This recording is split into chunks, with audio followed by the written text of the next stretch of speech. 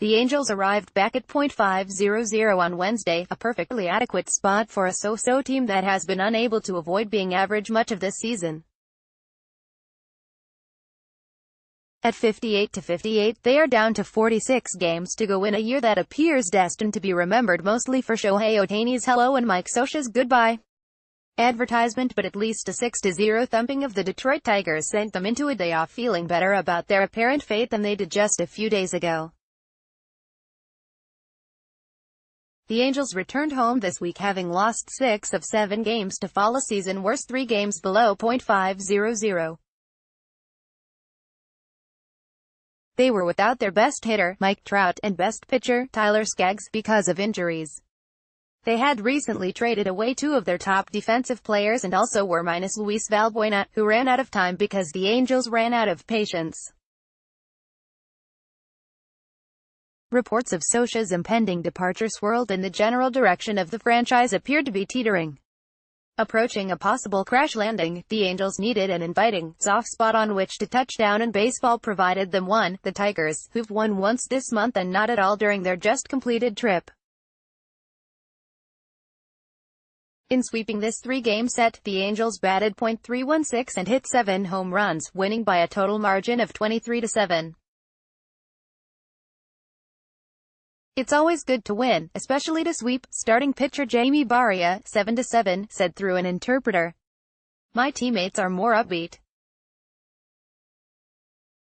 It's a way better atmosphere." Angels pitcher Williams Jerez receives mementos from big league debut by Jeff Miller August 8, 2018, 5 p.m. The Angels trailed for 1 inning Monday, for half an inning Tuesday and not for a single pitch Wednesday.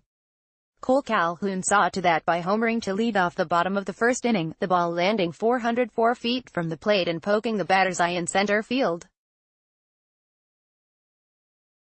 After spending 2 months being one of the worst hitters in baseball, Calhoun today is one of the game's most resurgent. He has 14 home runs since coming off the disabled list June 18, and no one in the American League has more. Think about this: Calhoun was a .145 hitter with 1 home run May 31. After Wednesday, he had more home runs for the season than Yasiel Puig, Carlos Correa and Andrew McCutchen. Given an instant lead, Barria shut out the Tigers into the 6th inning, pitching his finest game in more than 8 weeks. Advertisement: the rookie limited Detroit to 4 singles and a double while striking out 5 to win for only the 2nd time since June 1. "Right now, it's the normal progression of a young pitcher finding his way," Scioscia said before the game. "He's going to be fine." Barria was against the Tigers, plus some.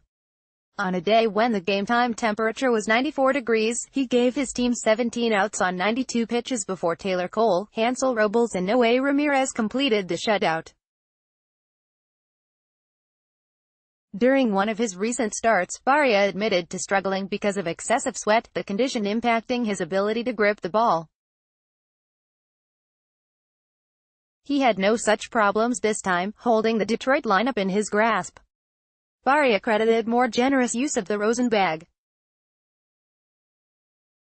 The 3 pitchers who followed retired all 10 batters they faced. Cole, a 28-year-old rookie, lowering his earned run average to 1.59 with 1 1/3 innings.